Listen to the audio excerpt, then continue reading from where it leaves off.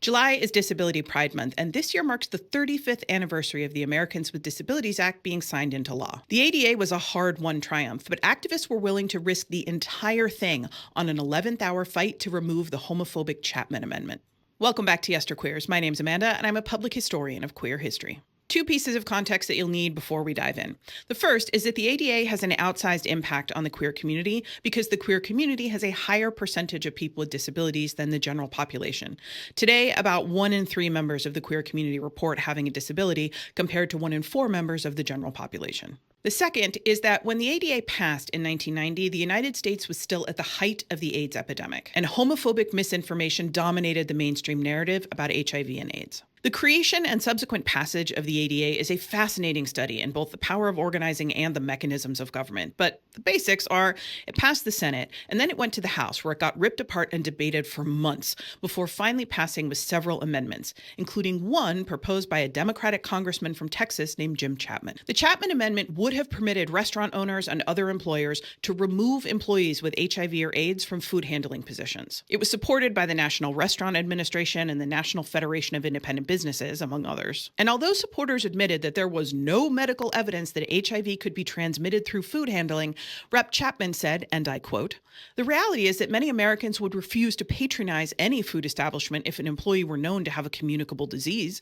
Damage to the business can be severe and could cause the loss of all the jobs of the employees that work there." Chapman declined to explain exactly how Americans would know that someone handling food at a restaurant had HIV or AIDS. In response to the amendment, Congressman John Lewis gave an impassioned speech on the floor in which he said, "I rise in strong opposition to this amendment. 25 years after the passage of the major civil rights legislation of the 1960s, we are still hearing the same tired arguments that were used to justify segregated restaurants. They have been dusted off and used again to defend discrimination." The ADA passed the House with the Chapman Amendment on May 17, 1990.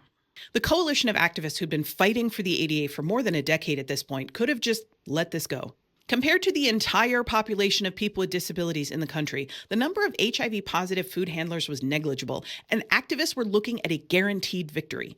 The Senate would pass the bill with its congressional amendments, and President Bush had already publicly committed to signing it. Any pushback in that moment could have scuttled the entire ADA.